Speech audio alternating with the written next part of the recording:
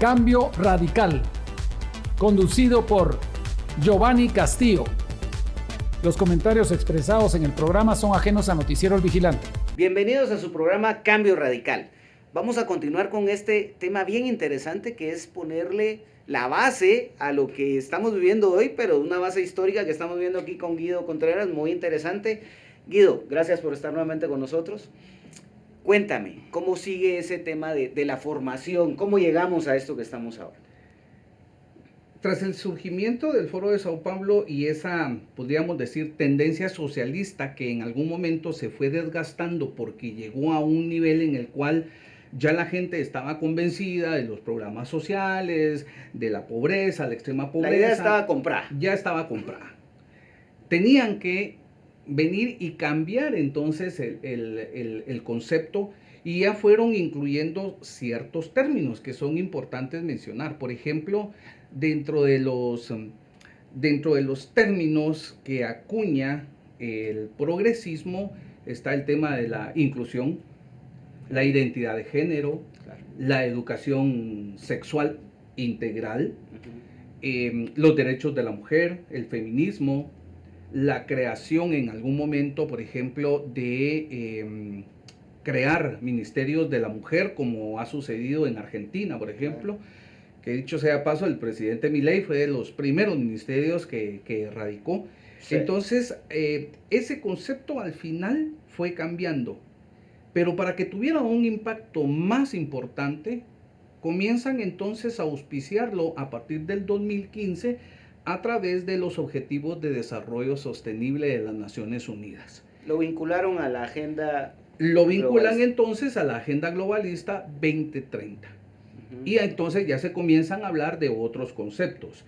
Los derechos de los niños en cuanto a su sexualidad, por ejemplo, de los jóvenes, de los adolescentes, los derechos de la mujer en cuanto al feminismo, los derechos de los niños o de las mujeres en general a poder tener una, no solamente educación sexual, sino que en algún momento poder venir y cegar la vida de un ser que puedan llevar en su vientre. Claro. Eso, ese ha sido parte de esa famosa Agenda Globalista 2030 que surge justamente en el 2015 por medio de Naciones Unidas a través de los Objetivos de Desarrollo Sostenible. Que dicho sea de paso, Guatemala ya firmó y ratificó como Estado. Claro, claro. Y con otros 195 estados, ¿verdad? Ahora el tema es qué dejamos que entre y qué no. Ese es, ya entra la población, tenemos que ver qué hacemos. Pero ok, dentro de ese concepto de ideología de género, si no estoy mal, es el ODS 5, pues entonces abarca una serie de leyes que buscan impulsar eso, pero en el tema específico de la ley EIS 6157, tú nos puedes decir tu punto de vista de la ley y cómo eso afecta a nuestra sociedad, a nuestros niños. Ok, hay varios temas que son importantes de la ley. La ley entra a discusión, o por lo menos la entra a conocer el Pleno del Congreso como la iniciativa 6157. Es promulgada por dos diputados que actualmente están en funciones. Fueron reelectos para este nuevo periodo de gobierno y habla la 6157 precisamente de esa iniciativa de aprobar la Ley de Educación Integral Sexual. Esta ley ESI, como se conoce en otros países. Sí, yo suelo decir con esto de que le cambiaron aquí a EIS porque la ESI ya tiene mucha cola que le machuquen en Sudamérica, ¿verdad? Entonces, correcto. Estratégicamente démosle vuelta un par de letras. Sí, pero es lo mismo. Es exactamente lo mismo. La parte importante de esto es que ellos quieren legislar esta educación integral sexual en Guatemala, cuando actualmente el Ministerio de Educación ya se encarga de eso. Actualmente hay un programa de educación sexual que no lleva el trasfondo que la ley de educación integral sexual, que es no adoctrina. No adoctrina, exactamente. Y ese componente es muy importante. Esa es la base. Adicional, tiene cierto, pudiéramos decir, cierto nivel en el cual la edad es importante. Claro. Pero la educación, la iniciativa de educación sexual integral de la iniciativa 6157, nada que ver con ese concepto. Me gustaría leerte uno de los párrafos de la ley y dice, por ejemplo, el Estado de Guatemala forma parte de la Comunidad Internacional de Naciones Libres, por lo que en el pleno ejercicio de la soberanía se ha comprometido jurídicamente a respetar a través de diversos compromisos la Declaración Universal de los Derechos Humanos, el Pacto Internacional de Derechos Económicos y Sociales. Es decir, ya existe un marco jurídico internacional sobre el cual ellos, esta iniciativa pretende de alguna manera enmarcar y claro, y eso vamos a encontrar ese adoctrinamiento. En todas las leyes vamos a encontrar que en tal organización ya estamos ahí porque ve los derechos humanos de los niños, ve los derechos humanos de la mujer, y siempre se amparan en eso como para darle un marco legal global a todo, ¿verdad? Cuando eso lo ha puesto gente por la que yo no he votado por nadie de los que dijeron esas organizaciones, claro. Pues, ni tú, ni ninguno de los que estamos acá. No. Entonces ellos se imponen eso y le dan esa aura de legalidad y de grandiosidad y de, ¿verdad?, de universalidad, y después en todas estas leyes citan todo esto para que parezca wow, ¿verdad? No, y la parte interesante de lo que tú mencionabas, Giovanni, es el hecho, por ejemplo, de que lo que pretende la ley en principio, o por lo menos dentro de las justificaciones de la ley, ellos vienen y dicen, lo que queremos erradicar es la violencia contra la mujer. Por supuesto. ¿Verdad?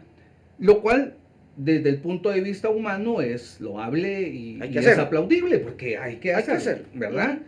Sin embargo, ya existe una ley de violencia contra la mujer.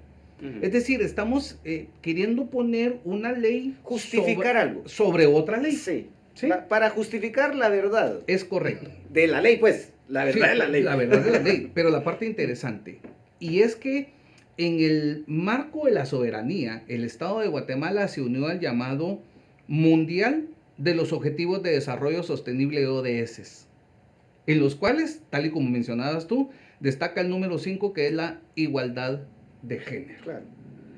¿Verdad? Entonces, esa es la sombría para el montón de leyes que ahorita van a empezar a surgir. Es en Guatemala, porque quedemos claros, en Sudamérica ya está toda la batería.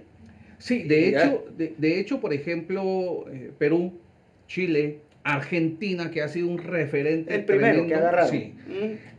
Ecuador, ahorita tendremos que ver cuáles son los cambios que va a tener Ecuador con OA. Con OA.